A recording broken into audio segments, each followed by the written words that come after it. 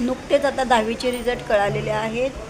मुलींना तुम्ही लोक आता बाहेर किंवा 12वीसाठी किंवा 11वीसाठी तुम्ही जाणार आहात दुसऱ्या कॉलेजला, आईवडिलांपासून लांब किंवा जवळपास जरी जात असाल तर चांगल्या मुलींची संगत धरा आणि चांगल्या मित्रमैत्रिणी जोडा की तुमच्यावर काही संकट आलं नाही पाहिजे, तुमच्या आईवडिलांवर काही संकट आलं नाही पाहिजे.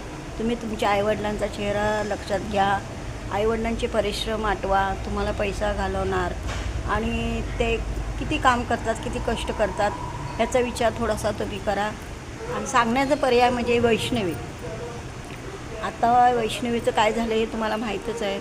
म्हणून आत्ताच्या मुलींना भरकटणाऱ्या मुली आहेत किंवा प्रेमाच्या इतक्या प्रेमाच्या पोटी हे जाणाऱ्या मुली आहेत किंवा मुलंही देखील आहेत.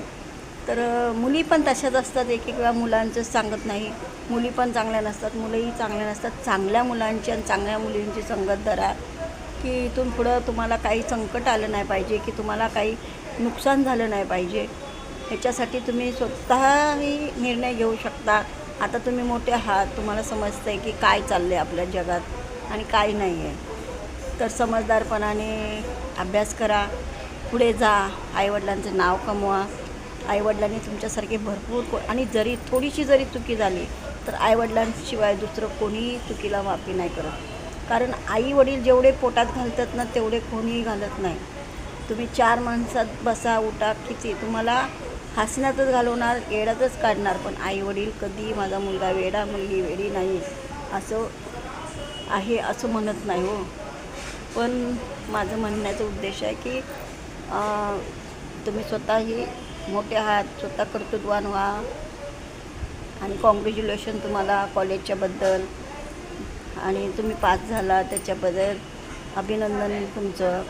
चांगल्या मार्काने पास झाली. माझीही नात पास झाली 10वीला 86%ने, आणि ती पण आता तिच्याच शाळेतच कॉलेजमध्ये आहे. तिची 12वीपर्यंत कॉलेज आहे, तर तिथंच ती शिकणार आहे. आणि म्हणून मी सांगते की तुम्ही स्वतः व्यवस्थित राहा आणि व्यवस्थितच कॉलेज करून स्वतःच्या घरी या, किंवा घरातनं कॉलेज करत असेल तर चांगले करा. मैत्रीण मित्र काय जोडायचे असेल ते चांगले जोडा, चांगल्या वळणावर. जरी ते वाईट असतील तर त्यांना तुम्ही चांगल्या पद्धतीने धडा शिकवा, चांगल्या पद्धतीने तुमच्या साईटला घ्या.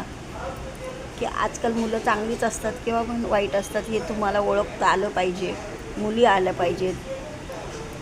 माझं हे कर्तव्य होतं मी सांगायचं, कारण माझी ही नात आहे तुमच्यासारखी 10वीला पदार्पण करते, आता ती 12वीला